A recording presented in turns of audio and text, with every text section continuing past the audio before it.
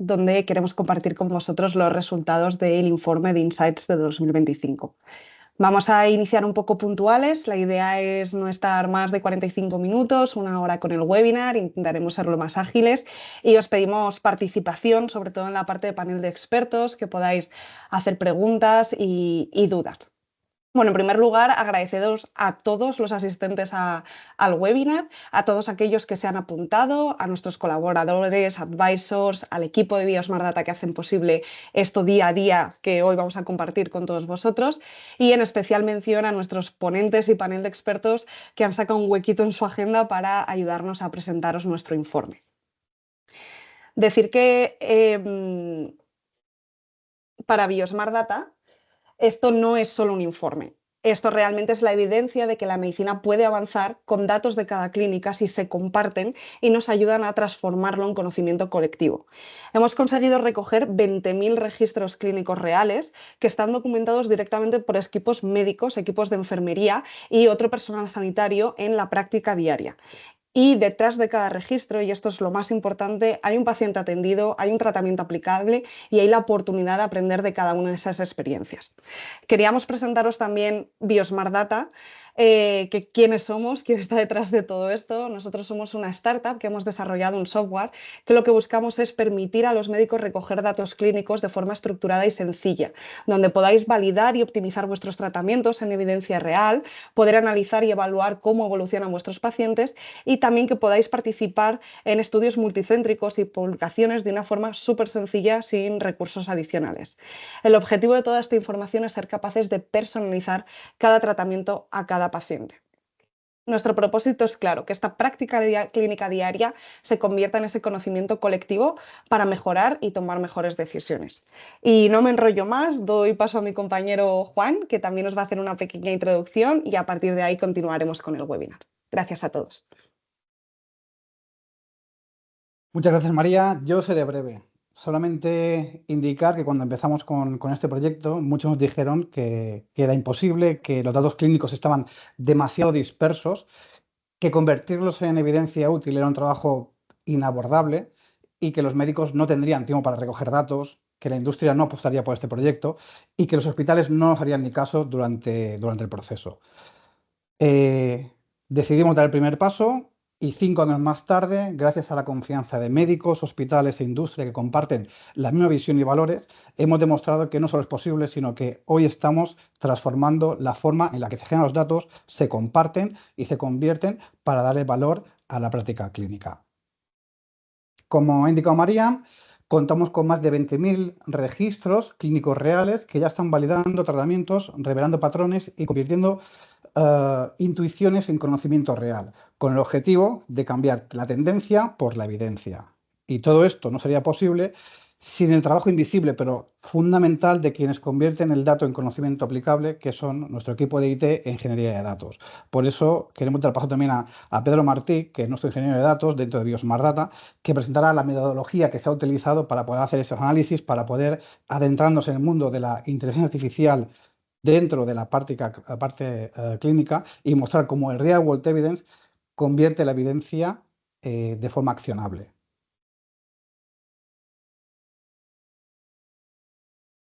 Perfecto, gracias Juan por la introducción. Voy a empezar por el principio, los datos. Trabajamos con historias clínicas reales, cuestionarios validados como COS y Quality of Life, mental y physical por separado, análisis hematológicos, prescripciones y datos demográficos.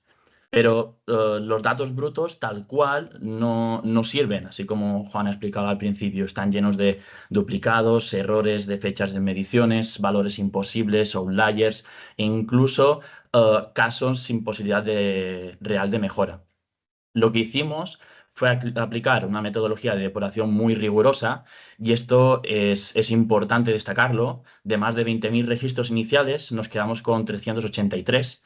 Puede sonar poco, pero esta reducción es completamente intencionada. Preferimos pocos datos, pero que sean comparables, fiables y clínicamente útiles. Por lo tanto, esto es la ingeniería de datos, convertir un océano de información desordenada en algo limpio, trazable y listo para dar respuestas reales en clínica. Y esa es la base que hace posible absolutamente todo lo demás.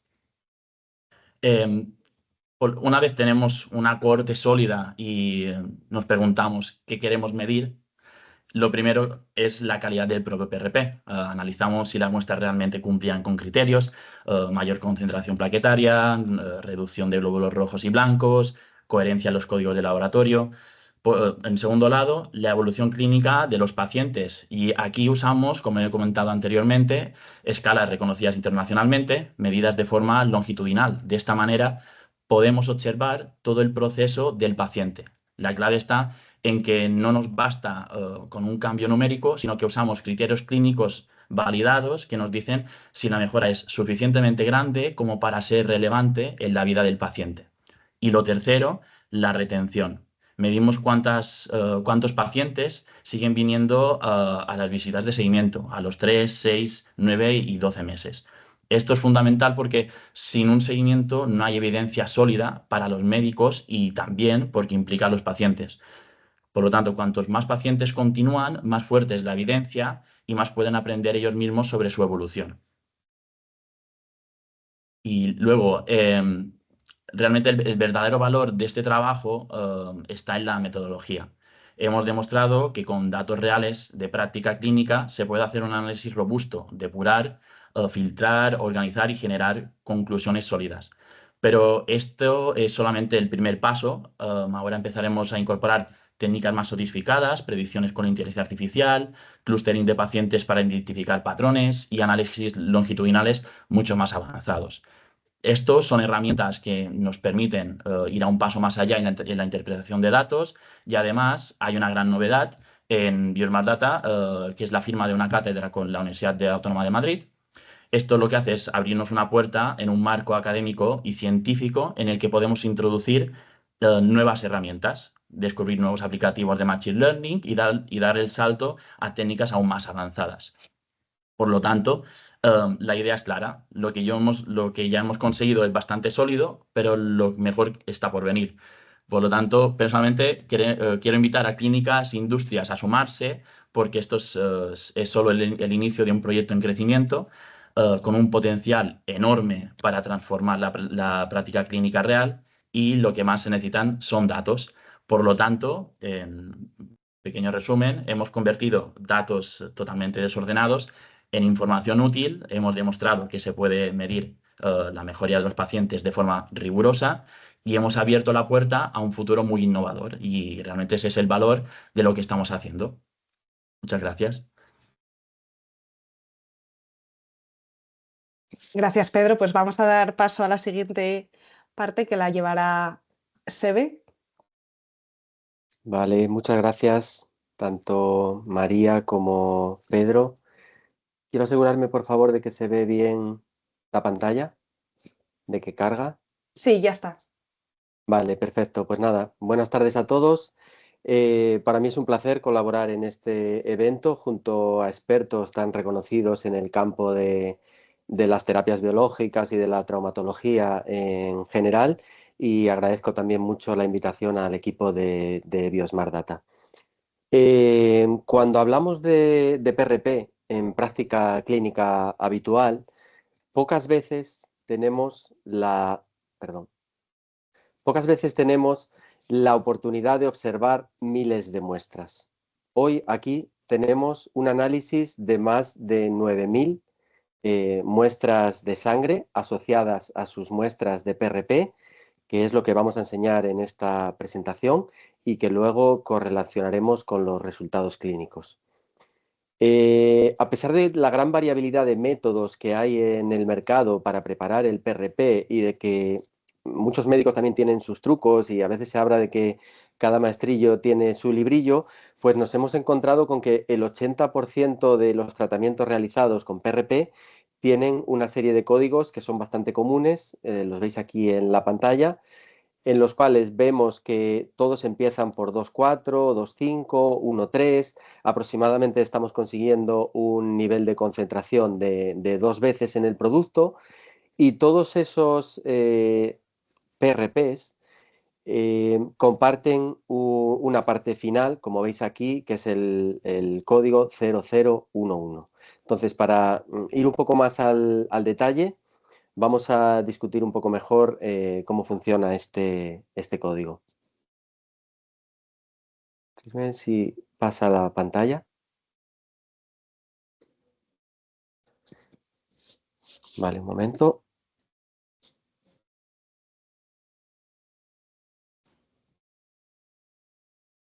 Bueno, ¿qué significa el código 0011?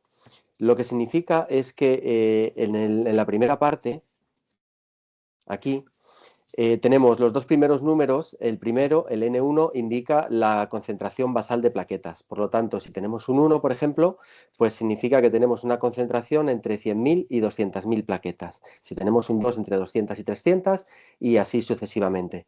El número N2 indica esa misma concentración, pero en el producto final, que es el PRP. Por lo tanto, si encontramos un código que es 24, significa que aproximadamente estamos concentrando 2 veces la concentración del número de plaquetas. En la segunda parte, N3 y N4, hablamos de la cantidad de eritrocitos que existe en el PRP para el N3. Por lo tanto, si existen menos de 1 millón de eritrocitos por microlitro, hablamos de 0, y a partir de ahí, si tenemos más de 1 millón, entonces tendríamos un 1. En el N4 hablamos de la cantidad de leucocitos con respecto al basal de lo que existe en sangre, y un 0 significaría que tenemos menos concentración de leucocitos que la que había en la muestra original de sangre de la que se obtiene el PRP. Si tuviéramos un 2 o un 3, lo mismo significaría que estaríamos 2 o 3 veces por encima de esa concentración basal. Y respecto del código N5, N6, la parte final, que termina como 11, en este caso, significaría que todos estos PRPs, o la gran mayoría, se están activando, por lo tanto tienen un 1, y que además se están activando con adición de calcio. Respecto de estos códigos, esto se describió en su momento, en el año 2020, por Elisabeth Acon y colaboradores. De hecho, tenemos aquí al doctor Miquel Sánchez también colaborando en el evento. Y este código es muy útil, simplifica mucho el hecho de caracterizar el PRP para saber si se concentra, si tiene leucos o no, si se está activando y de qué manera, pero tiene algunas limitaciones. De esta manera, entonces, se han propuesto otras codificaciones o modificaciones de este código para que, digamos, sea un poquito más específico. Si en lugar, por ejemplo, de etiquetar un 1 que vaya entre 100.000 y 200.000 plaquetas, ponemos ese límite entre 50.000 y 150.000, pues, por ejemplo, por aproximación, nos estamos acercando más al valor real. Como muchas otras cosas en esta vida, cualquier código o cualquier aproximación es una simplificación de realidad. Se puede mejorar, por supuesto.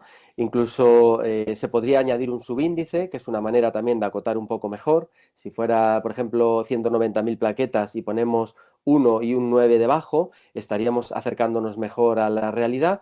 Pero lo que digo, lo podemos hablar un poco mejor al final de la presentación, y hablar de ciertas maneras en las cuales podríamos mejorar este tipo de códigos. Tenéis las dos referencias aquí en la pantalla por si queréis profundizar en los datos. Bueno, como acabo de decir, hablamos de un PRP que es puro, porque ni presenta eritrocitos ni presenta leucocitos. De ahí es donde vienen los dos ceros en la parte intermedia del código. Y en la pantalla podéis ver un poco de manera más específica y mejor caracterizada cada una de esas muestras que tenemos cuando preparamos un PRP. En la parte izquierda tenemos la sangre, en el medio tenemos el PRP, con esos valores medios que saltamos de 212 millones de plaquetas por mililitro a 434. Este sería el valor medio que hemos obtenido en todas estas miles de muestras obtenidas en la plataforma. Y vemos también que efectivamente la cantidad de eritrocitos es prácticamente mínima, estamos muy cerca de 0. En el caso de los leucos, estaríamos reduciendo aproximadamente un 89% la cantidad de leucocitos que existían en la sangre, ¿vale? Siempre hay cierta variabilidad biológica, como todo en esta vida, pero estamos consiguiendo un nivel de pureza bastante importante. Y como veis, los datos son muy consistentes, porque tanto la media como la mediana está muy cerca de 2 en ese factor de concentración plaquetaria. Dos datos muy relevantes en esta diapositiva que yo creo que van a aportar bastante.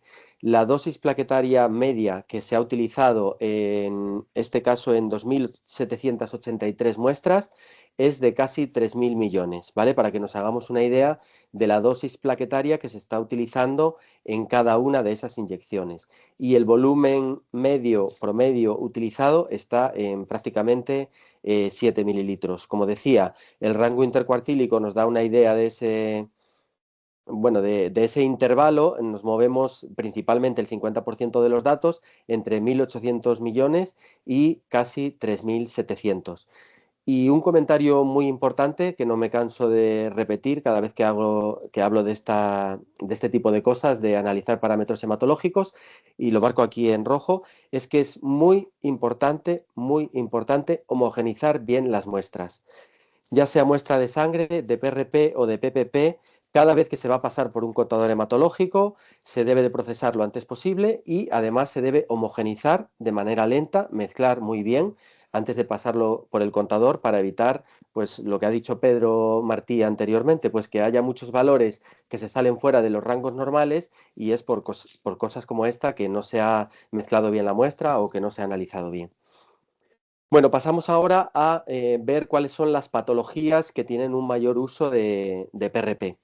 Como veis en esta diapositiva, pues si os fijáis un poco, prácticamente 2 de cada 3 tratamientos con PRP se dirigen específicamente a la rodilla. Podéis ver los grados, principalmente grado 4, pero casi todo es rodilla.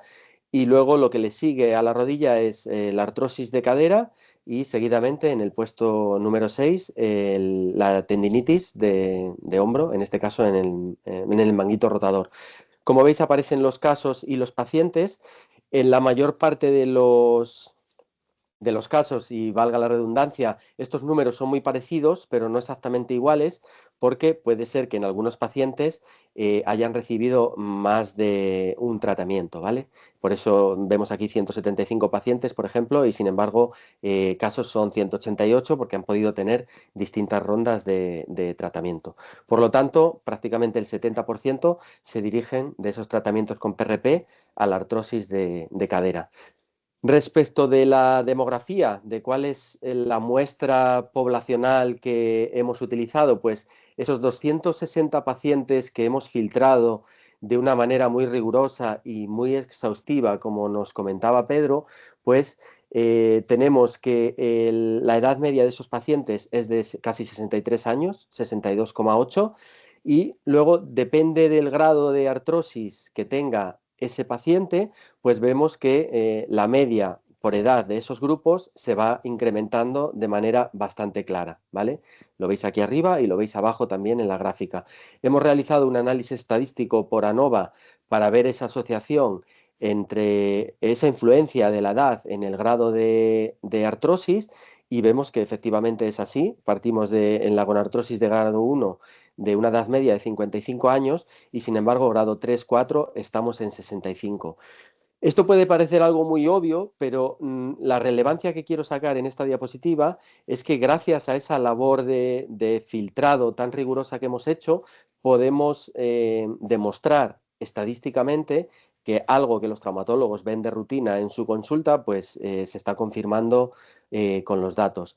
Y luego sí que es relevante señalar aquí en la diapositiva que, sin embargo, en el caso de la tendinitis de hombro, que era prácticamente la siguiente patología a tener en cuenta por frecuencia, la edad de esos pacientes baja mucho y luego, si os fijáis en estos colores, las mujeres aparecen en un color más rosita y los hombres más en azul.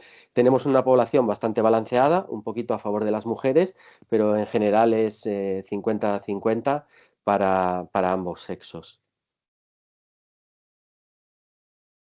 Vale, de esos 260 pacientes, lo ha comentado también anteriormente el compañero, pero lo más valioso no es lo que estamos mostrando hoy, sino lo que estamos aprendiendo cada vez que realizamos un seguimiento. Lo vamos a ver ahora en las siguientes diapositivas, pero esto es una simplificación, digamos, de la realidad. Os muestro en la pantalla a la izquierda pacientes con gonartrosis grado 1 y a la derecha con gonartrosis grado 2. En la parte superior de la pantalla vemos la evaluación clínica a través de la escala QUS en el tiempo, desde el basal a la izquierda hasta el último follow-up, y vemos que hay una mejora significativa que se sostiene, tanto en el grado 1 como en el grado 2. Veis arriba los puntos de mejora, cuál es la mediana, que estamos aproximadamente en 19 puntos, y como sabéis, para considerar algo como clínicamente relevante, pues a partir de 10 puntos ya se considera que es algo que tiene una eficacia clara. Vemos también que en porcentaje de respondedores es bastante elevado, depende del grado, pero estamos, por ejemplo, en grado 2 en torno al 65%, y todos esa mejoría clínica que observamos en la escala QUS la vemos también bueno, consolidada o confirmada a través de la escala SF12 en sus dos componentes, tanto el físico como el mental, que lo veis aquí en distintos colores.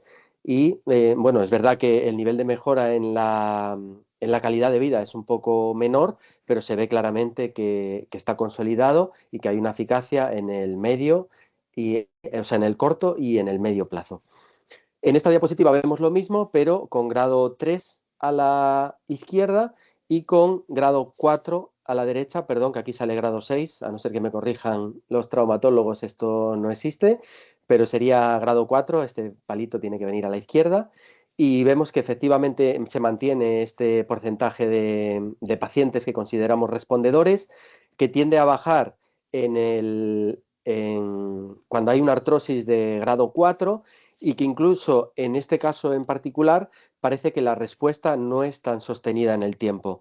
Aquí tenemos una limitación, y es que parece claro que baja en el follow-up 3 y en el 4, ya cuando estamos a los 6, 9, 12 meses, pero como tenemos pocos valores en el último, bueno, en el último punto temporal, pues para poder confirmarlo necesitaremos incrementar esa N y estar seguros de que en grado 4, como se ve en esta imagen, pues parece que se va perdiendo el efecto del tratamiento con PRP. Desde el punto de vista de la calidad de vida, podéis ver lo mismo en grado 3 mejor que en grado 4, y lo mismo que veíamos aquí en la escala QUS arriba, pues lo estamos viendo también aquí. Sin embargo, hasta el grado 3 seguimos manteniendo el porcentaje de pacientes respondedores. Y ahora os voy a dar un detalle un poco más elaborado, es específicamente del grado 3, para que veáis que si representamos a los hombres y a las mujeres como puntos en un scatter plot, tenemos el diagrama de cajas y luego cada punto es un paciente. Si os fijáis en la escala basal a la izquierda, vemos que casi todas las mujeres que están representadas en rojo aparecen en la parte baja, con lo cual tienen, digamos, un grado más severo de artrosis. Cuando vemos cómo evolucionan estos pacientes en el tiempo, vemos que los puntos azules, recordar que una mejoría en el QUS es un incremento en la escala, o sea, un aumento de la puntuación, pues vemos que casi todos los puntos que salen arriba son en hombres. O sea, con lo cual parece que en hombres estaría funcionando mejor que en mujeres. No hemos querido hacer estadísticas con esto porque necesitamos todavía incrementar más la N y añadir datos más fiables a cada uno de los grupos, pero me parecía algo muy relevante para compartirlo con vosotros. Y luego, como conclusiones más importantes de lo que acabamos de ver hasta ahora en la presentación, pues a día de hoy tenemos resultados muy fiables gracias a ese paso de filtrado tan exhaustivo que hemos hecho, y esto nos está permitiendo capturar y analizar una evidencia clínica de alta calidad. Esto no acaba más que empezar, como acabamos de decir anteriormente, y en el segundo punto tenemos un PRP muy bien caracterizado, un grado de concentración plaquetaria de 2, que es bastante común en casi todas las muestras. Reducimos prácticamente a 0 el nivel de eritrocitos, a un 90% la reducción de los leucocitos, y la dosis plaquetaria media, al menos en este set de datos, estamos en torno a 3.000 millones de plaquetas. Existe existe un beneficio claro y sostenido del tratamiento con PRP, ¿vale? En los 3 meses vemos que hasta un 65% de pacientes se pueden considerar respondedores, todos ellos pasando ese MCID de más de 10 puntos en el QUS, y en la gran mayoría de los casos se mantiene hasta esos 12 meses, excepto en el grado 4, que estamos pendientes de confirmarlo con una N más elevada. Y bueno, en realidad al final lo que estamos viendo es que prácticamente la mitad de los pacientes, más de la mitad, son respondedores y mantienen esa mejoría clínica en el tiempo. Por último, en mi parte, simplemente deciros que esto es solo el comienzo, lo decía Pedro también anteriormente, pero me sumo porque al final los datos son los que hablan, los datos van a permitir conectar resultados con decisiones, revelar patrones que muchas veces no vemos. Y estamos ahora en el momento en el que podemos aplicar la inteligencia artificial y el análisis predictivo por Machine Learning, que está llegando ya, de hecho, lo estamos haciendo, pero no lo estamos compartiendo porque queremos estar más seguros de toda la relevancia y de la fiabilidad de esos datos. Muy importante, todo esto, la recogida de datos, el análisis y todo lo que ocurre en los seguimientos en el tiempo, requiere un compromiso real entre médico y paciente, una conversación que se tiene que establecer con el paciente para que vea la importancia de esos seguimientos y bueno, en mi opinión, no tengo ninguna duda de que el futuro de la medicina está en los datos y en toda la evidencia que se va a derivar de los mismos. Y bueno, yo termino aquí mi parte y os dejo con el panel de expertos, que vendrá la parte más interesante de la discusión.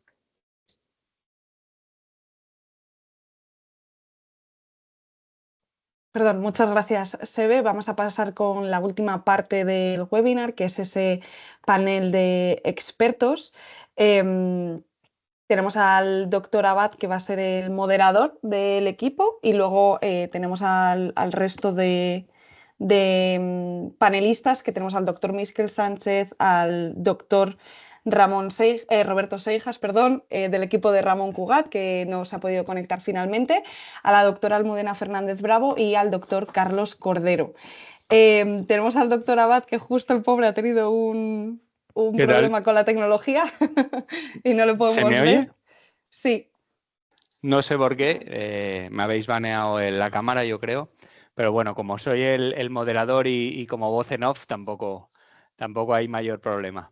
Si en algún momento la tecnología nos deja, como decía María, bueno, es un gustazo estar aquí con vosotros y sobre todo con somos amigos. Al final tenemos ahora a todos los que habéis hablado hasta ahora, pero tenemos a Miquel Sánchez, a Ramón, a Cugat con su equipo, y Roberto Seijas, a Almudena Fernández, a Carlos Cordero, y al final lo que queremos es sacar un poquito de provecho de todas estas cosas que hemos ido hablando y ahondar un poquito. Entonces, si os parece, os disparo alguna pregunta y ya para empezar así, a pecho descubierto. ¿Qué creéis que nos aporta el Real World Evidence en comparación con la evidencia clásica que hemos tenido en cuanto a los ensayos clínicos que estamos haciendo con PRP? ¿Cuál es vuestra opinión?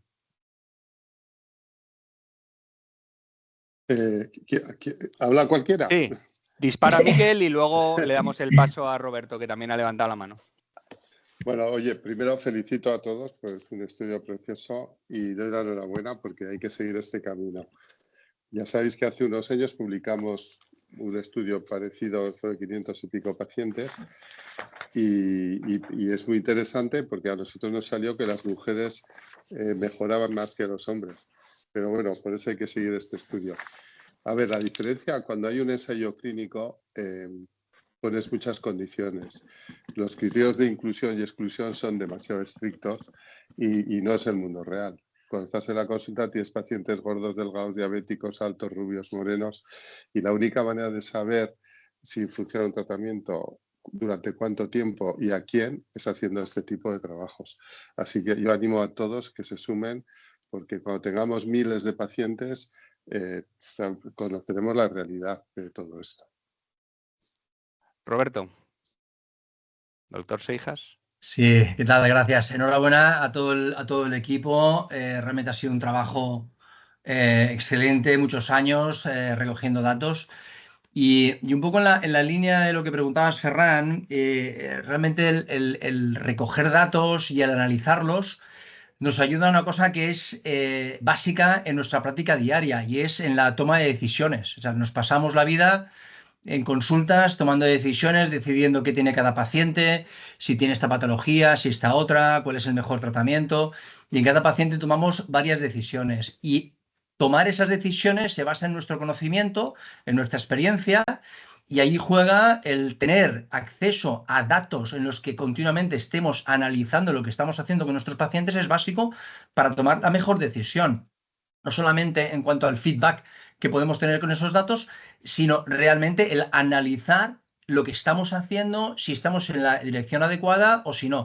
Y eso retroalimenta tus decisiones, te da conocimiento a ti mismo porque estás viendo qué camino estás siguiendo que tiene mejor resultado y por tanto tomas mejores decisiones y por tanto obtienes mejores datos. Y eso es un proceso de retroalimentación que hacemos cuando hacemos nuestra práctica clínica. Operas, tratas, ves ese feedback que hay con los pacientes y te refuerza la idea de que ante esta patología o estos síntomas, pues tiene este diagnóstico o tenemos que hacer este tratamiento porque da mejores resultados.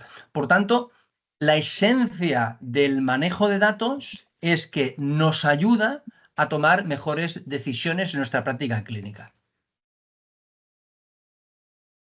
Genial. Al final no es lo que decíamos un poquito, ¿no? Es decir, lo estamos haciendo cada vez mejor, recogemos cada vez más datos, esos datos al final nos hacen ser mejores, ¿no? Carlos Cordero. ¿Estás muteado? ¿Ahora me escucháis? Ahora perfecto. Sí. Vale, perdonad. Pues en la línea que comentan los compañeros, ¿no? Yo creo que, como decía a Miquel, ese tipo de líneas lo que nos permiten es cerrar esa brecha que hay entre eficacia y efectividad, ¿no? Los estudios, los ensayos clínicos están en un entorno muy controlado, muy encorsetado, y esto nos abre ese abanico. Tenemos dos puntos que creo que también son importantes. Uno, el regulatorio. Cada vez a nivel regulatorio, políticas sanitarias, ya las guías aceptan cada vez más los resultados basados en real world data. Por otro lado, el modelo que ya en ese sentido, no solo en el campo en el que estamos hablando, sino a nivel farmaindustria, la propia farmaindustria que invierte muchísimo dinero en ensayos clínicos, ya va optando cada vez más por un ensayo híbrido, donde hay una primera fase clínica y luego esa a continuación en longitudinal para ver esas cohortes, y aquí esto nos aporta muchísima potencia en la cohorte, muchísima capacidad de trabajar con el análisis de subgrupos y nos abre una vía, como decían también el doctor Seijas, tanto para la toma de decisiones clínicas como para identificar, lo habéis comentado, modelos predictivos de respuesta, que yo creo que ese es el futuro que aquí la IA nos va a dar el espaldarazo, y también para mejorar esa potencia investigadora, ¿no? Nos va a permitir Ns muy grandes, nos va a permitir jugar con eso como os decía, con análisis de subgrupos muy grandes. Veía de los resultados, simplemente por poner un gap, una limitación, cuando ibais al tercer, cuarto seguimiento de los análisis, de los resultados que presentabais, había una caída marcada del seguimiento. Esto, si la N se aumenta de forma exponencial, el peso que tenga esta caída en el total y en los análisis de subgrupos se aminorará mucho más, ¿no? Tendrá mucha menor relevancia. Perfecto, Carlos, muchas gracias. Doctora Fernández, Almudena, adelante. Sí. Bueno, pues a ver, ya después de lo que habéis dicho voy un poco en la misma línea. Sí, sobre todo está claro que todos los ensayos clínicos, tanto los criterios de inclusión como los de exclusión, nos limitan muchísimo, digamos, el perfil de pacientes que vamos a entrar, ¿no? Todos sabemos, como decía el doctor Miquel Sánchez, que al final estos pacientes incluidos no son los pacientes que nos encontramos en el mundo real, ¿no? En cuanto hay uno que se sale de algo de un criterio de inclusión, ese paciente no va a estar dentro y esos no son los pacientes que necesitamos saber cómo evolucionan. Efectivamente, esto y el seguimiento, a mí me parece muy importante todo el seguimiento que nosotros en la vida real no somos capaces, ¿no? Tenemos muy a corto plazo, tenemos una percepción muy de nuestros pacientes a corto plazo, pero de esta manera realmente podremos, no solo con la N, como estáis hablando, que no voy a repetir, sino un poco estos resultados más a medio o largo plazo, que es lo que nos va a permitir cuando nos enfrentamos a un paciente saber con datos más reales qué le va a pasar dentro de un año, cómo va a responder dentro de un año, dentro de unas Ns mucho más elevadas, un poco en la misma línea de todo lo que habéis dicho. Genial, muchas gracias. Yo creo que todos aquí estaríamos de acuerdo con la afirmación de que lo que queremos es tener datos, sobre todo tener datos, como decía todo el equipo de BioSmart Data, estructurados, porque al final es lo que nos va a dar potencia y que a pesar de que tenemos la suerte de que los que estamos aquí trabajamos en grupos de investigación potentes y estamos acostumbrados a recoger datos, es un pain, es un dolor de entrada bastante importante en colegas nuestros el hacer estudios, qué difícil es recoger datos, ¿no? Entonces, cuando hablamos de PRP, nosotros estamos hablando todos de que deberíamos de hacerlo de una manera lo más similar posible todos nosotros, ¿no? La famosa estandarización del PRP, pero un poco siempre ha sido lo de, bueno, aquí en mi clínica se ha hecho así. Entonces, ¿vosotros creéis que utilizando herramientas como Biosmart Data, el Real World Data y el Real World Evidence, vamos a ser capaces de por fin conseguir una estandarización real sobre qué es lo que deberíamos pinchar a nuestros pacientes?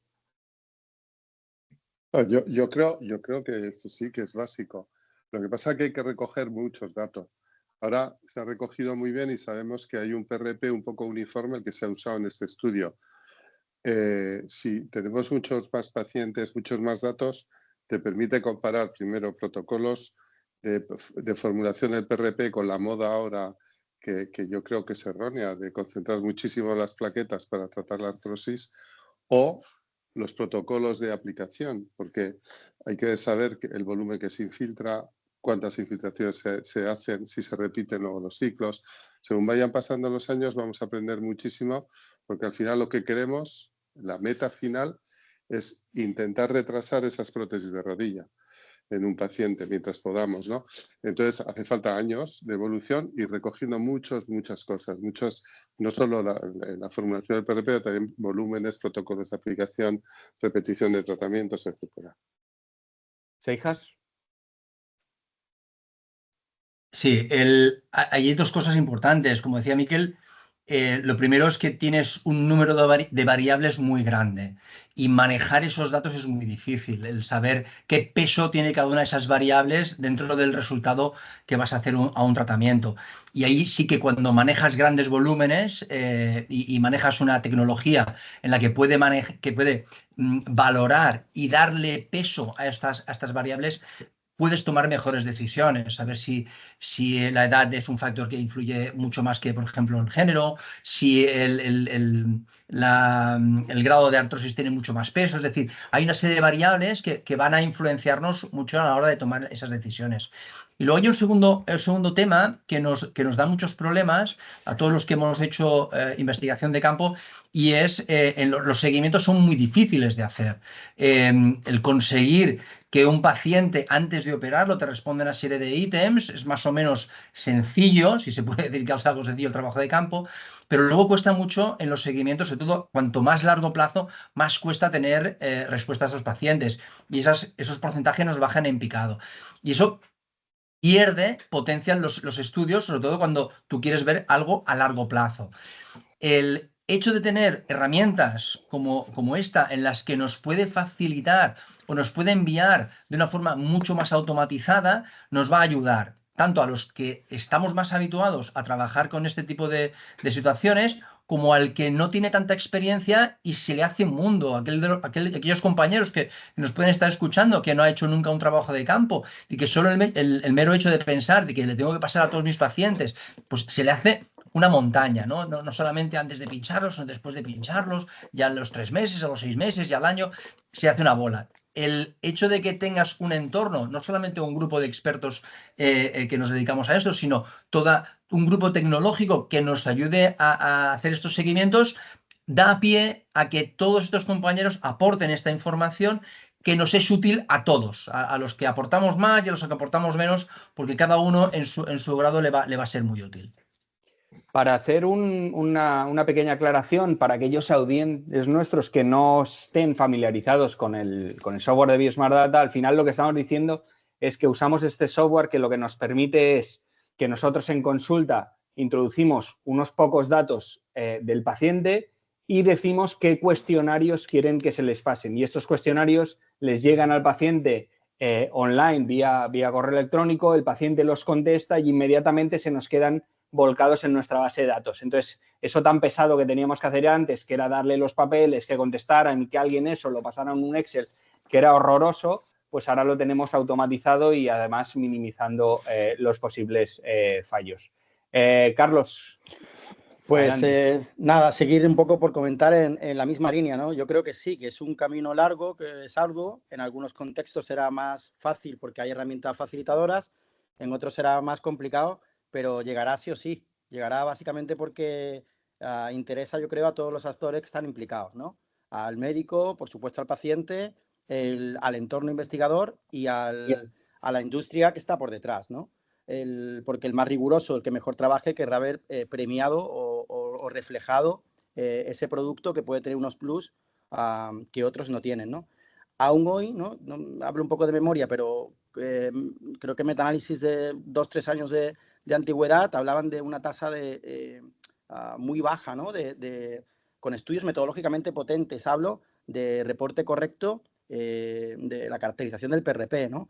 Entonces, estamos hablando que es un gap a nivel de investigación, por supuesto, es un gap en la práctica clínica diaria y es un recorrido que yo creo que es largo, pero acabará llegando porque si no, probablemente cualquiera que se quede fuera se está alejando del rigor, ¿no? Almudena.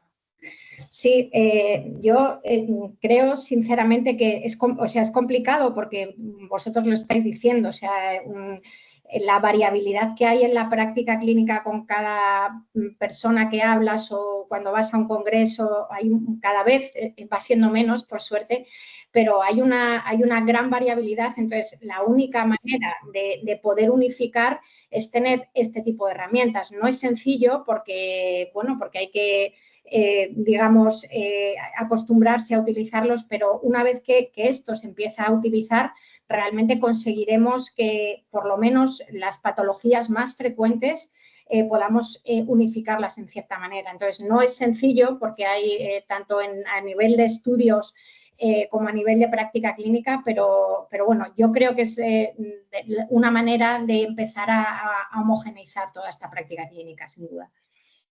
Y hilvanando un poco con lo que está diciendo la doctora Fernández, ¿creéis que esto lo vamos a poder utilizar y lo vamos a poder extrapolar, esta forma de trabajar, esta forma de analizar en otras patologías, como por ejemplo las que sabéis que me apasionan, los tendones? Va a ser más complicado, va a ser mucho más complicado, porque va a ser complicado el hacer un protocolo que se siga más o diferentes protocolos y sobre una patología que hay menos. Entonces va a ser más largo y va a ser más tedioso y más difícil. ¿Seijas? Bueno, precisamente por eso, como puede haber una cierta variabilidad también y la N es menos frecuente, razón de más para que más gente se pueda unir y podamos llegar a ese número mínimo suficientemente grande para poder tener conclusiones. Yo creo que es la base de la ciencia en este punto. Doctora Fernández. Me parece complicado porque, claro, hablamos de tendones, a mí también me encanta, pero claro, es que hay muchos tipos de tendones, muchos tipos de patologías, entonces me parece complicado, pero desde luego es un reto que creo que entre todos yo sí que confío en que se puede conseguir. Carlos Cordero.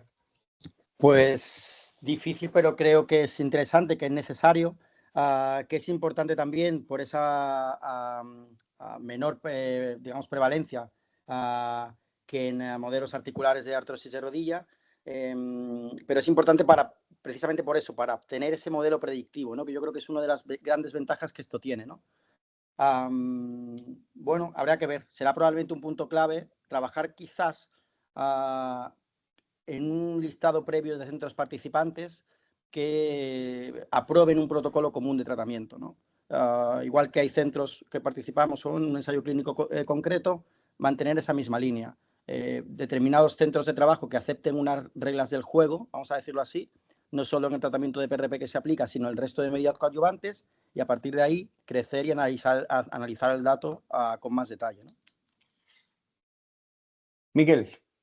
Mira, en Francia, no sé si conocéis el grupo GRIP que hicieron los franceses, que se parece un poco al Orbit de la ESCA, han iniciado su andadura con un estudio en tendones, que va a ser muy largo, que está involucrada la Sociedad Francesa de Artroscopia y vamos a verles cómo van a funcionar.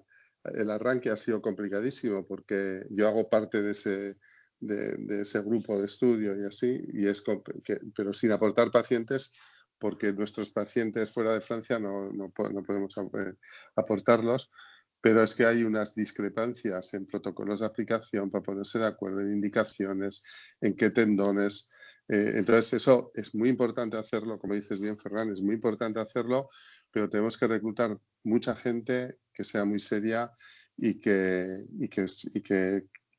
quiera avanzar bien en este tema. Eso es fundamental.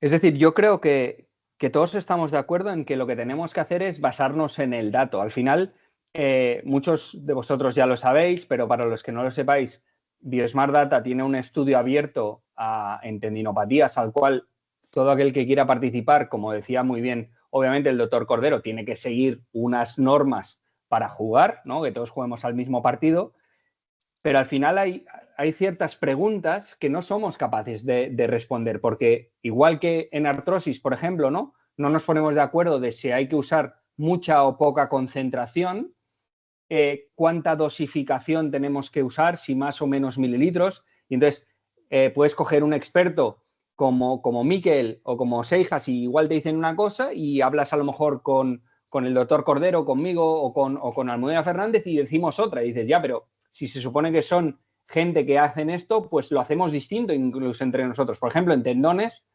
algunos utilizamos PRPs con leucos y otros abogan porque no haya nada de leucos. Entonces, lo hacemos mucho porque creemos que científicamente debería ser así, pero el dato como en sí creo que ninguno de nosotros lo tiene, ¿no? Al final, igual que haremos en rodilla y con lo que decías tú, Miquel, antes del volumen, ¿no? De por qué ahora los americanos quieren concentrar por 14. Dices, bueno, si hasta ahora pensábamos que no, pero tendremos que demostrar con datos, ¿no? Y al final, haciendo estos registros, seguramente serán la forma. Hay pocos tendones, pero si somos 150 clínicas, solo que recojamos 2 rotulianos cada uno de nosotros, al final ya son 300 rotulianos, que no hay ningún estudio a día de hoy que mire 300 rotulianos. Al final yo creo que eso debe ser lo mismo que tenemos que hacer con la artrosis. Al final vosotros, en cuanto a los retos que tenemos en la práctica clínica, ¿cuáles son los obstáculos que os habéis encontrado en vuestros inicios, dado que todos vosotros sois expertos ya en esto? ¿Cuáles son los obstáculos de entrada y que podéis advertir o aconsejar a nuestra audiencia para que no les pasen a ellos? Vaya pregunta. Yo es que los inicios solo estuve denunciado en el Comité de Ética de la SECOT, solo os cuento eso. O sea que fueron un poco cuesta arriba, fue nadar contracorriente, muy contracorriente. Junto con Ramón éramos como 2 boxeadores en el mundo de todo el mundo en contra. Ahora es más fácil y yo creo que ahora lo que sí que hay que, primero, tener sentido común, no intentar aplicar lo que oyes en un congreso, sino acercarte porque es que la literatura científica sobre los PRPs, que ahora hay 18.000 y pico artículos ya sobre el PRP en diversos tratamientos, es muy complicado sacar conclusiones. Por eso, yo toda la vida he querido que hubiese habido un Biosmart Data como este, porque si hubiéramos empezado hace 10 años, fíjate todo lo que hubiéramos sabido ahora. Entonces, bueno, pues ahora hay que vivir unos cuantos años más para sacar resultados. ¿Seijas?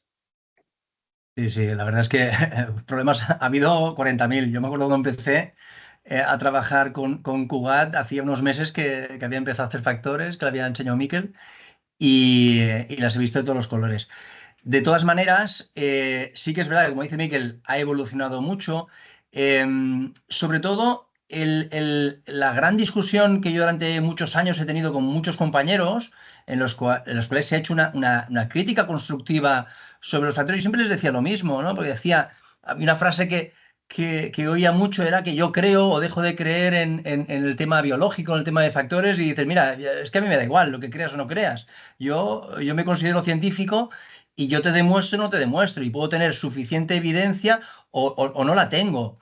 Entonces, yo creo que hay que ir en la línea de encontrar suficientes evidencias para afirmar lo que en la práctica clínica vemos. Entonces, es importante evidentemente la experiencia de cada profesional es muy importante, el feedback que tienes con tus pacientes, pero es importante poder demostrar, poder medir que lo que tú estás diciendo se basa en la evidencia.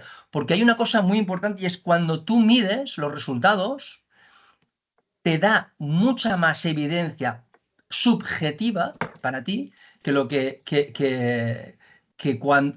la experiencia clínica. Hay la experiencia, por ejemplo, de los psicólogos de la evidencia a nivel psicológico, cuando tú haces un test y ese test mide de forma objetiva algo que tú has medido hasta ahora de una forma subjetiva, te confirma mucho más lo que tú estabas pensando y te puedes basar en datos y tus decisiones son mucho más seguras porque te basas en tus propios datos o en los de un colectivo que previamente se ha pactado de que trabaje en unas condiciones determinadas. Por tanto, yo creo que es básico el no dejar de hablar en que a mí me va bien o no me va bien, sino esto funciona porque estos datos corroboran que esto funciona, ¿no? Yo creo que si te coges a esa rama de la ciencia, yo creo que tienes mucho a ganar siempre. ¿Y tenéis algún tip durante estos años de experiencia de qué variables son las que deberíamos fijarnos más?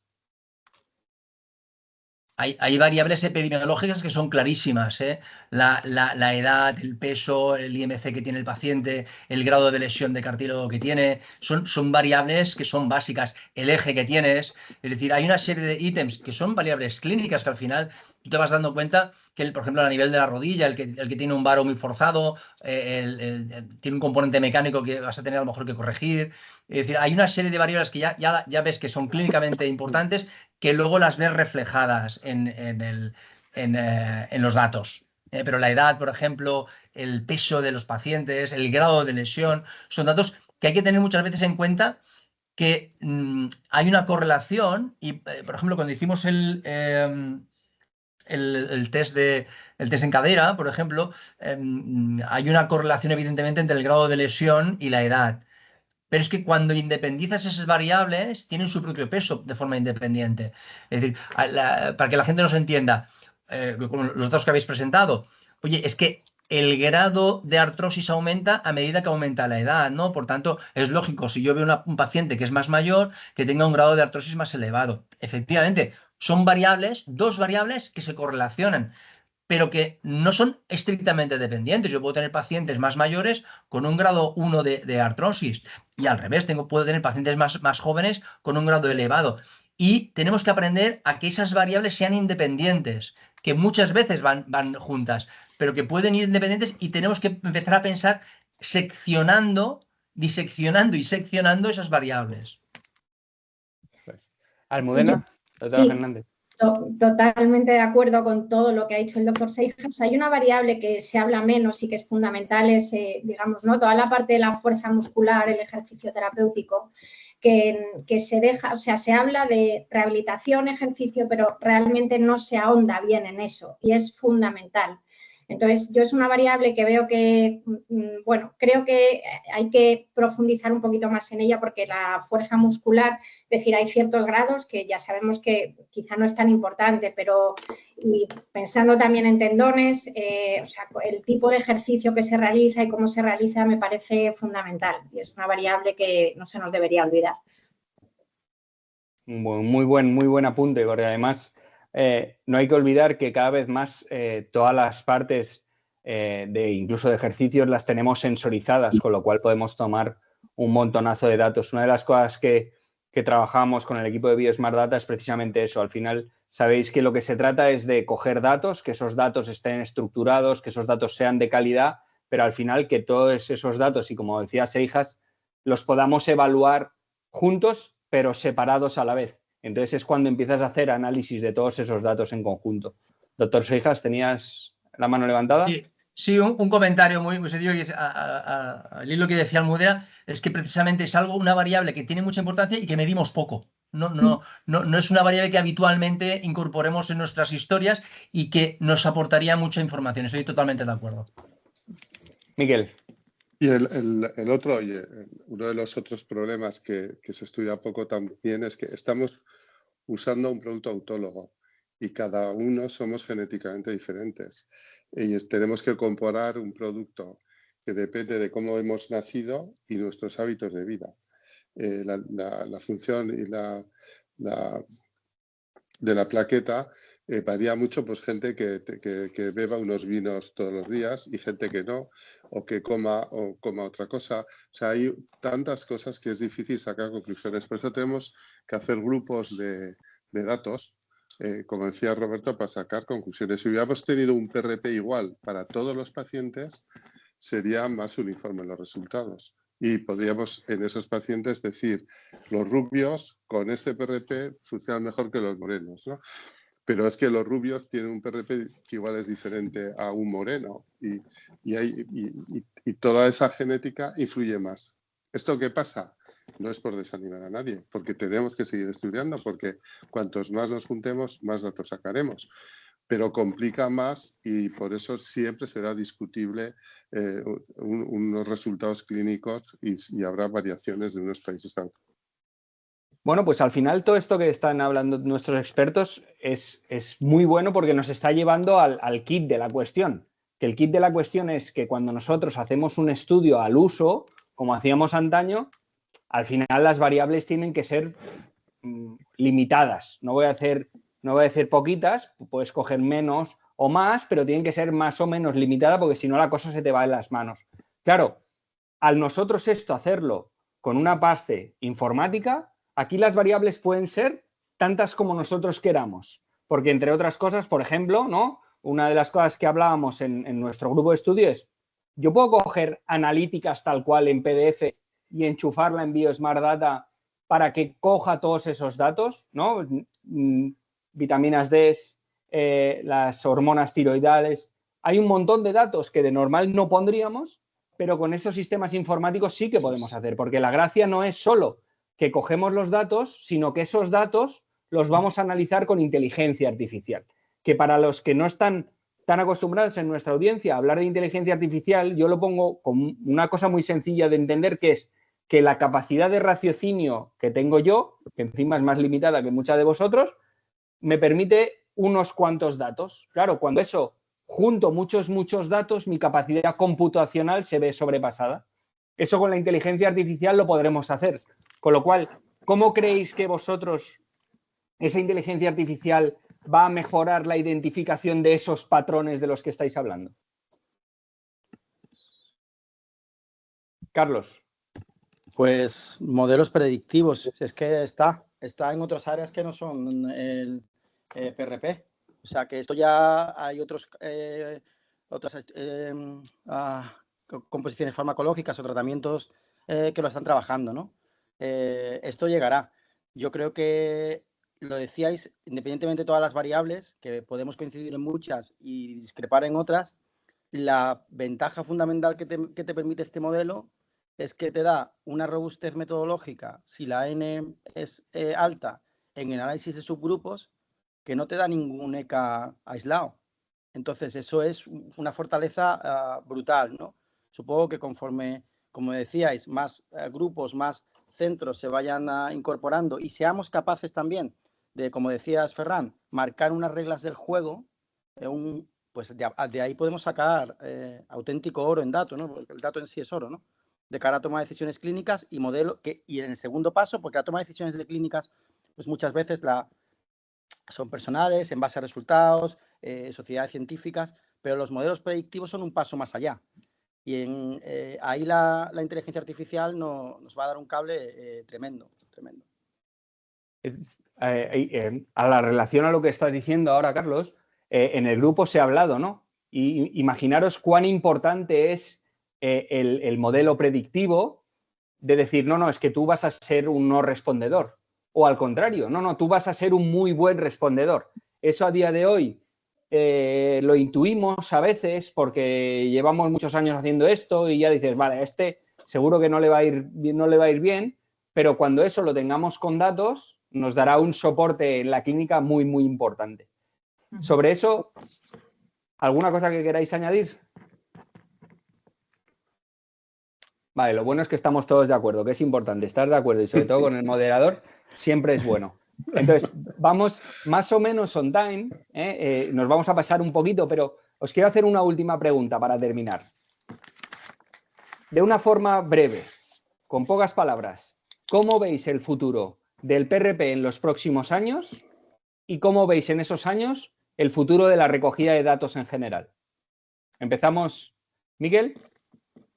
A ver, el futuro del PRP va a ser un tratamiento habitual en muchas patologías antes que las células y antes que otros tratamientos biológicos. Y la recogida de datos va a hacer que el PRP demuestre su eficacia en muchas patologías.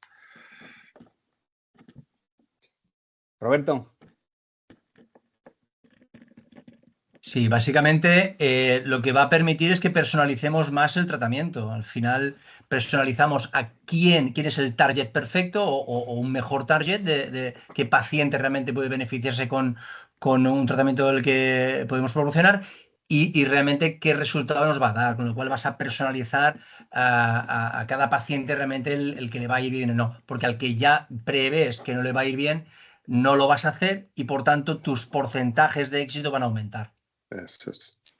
Eso, un pequeño apunte. Acordaros que ya hace muchos años se presentó un artículo muy famoso, es el PRP à la carte, que ya no estamos hablando de si tenemos que hacer PRP o no, sino si ese PRP lo podemos caracterizar para cada patología y para cada paciente. Seguramente también estará por ahí. Almudena. Pues yo creo que es que van a ir de la mano totalmente. Iba a decir lo del PRP a la carta, efectivamente, pero lo que nos va a dar es mucha seguridad a la hora de hacer este tipo de tratamientos. Creo que se van a seguir utilizando y cada vez más, pero al ir de la mano de todos estos datos predictivos que decís, vamos a tener mucha más seguridad de no esa intuición de la que hablabas tú, Ferran, sino de saber, este paciente sí que tenemos datos de que va a ir bien y a este paciente no. Y entonces eso nos va a dar mucha más tranquilidad a la hora de prescribir estos tratamientos. Seguro que sí. ¿Carlos? Pues en esa misma línea, coincido con los compañeros, ¿no? Creo que sí, que probablemente uno va a ir ligado al otro. Cada vez probablemente vamos a ir a una mayor recogida de datos, a un mayor volumen de datos y a un trato, que eso es lo importante, de ese dato con mayor rigor.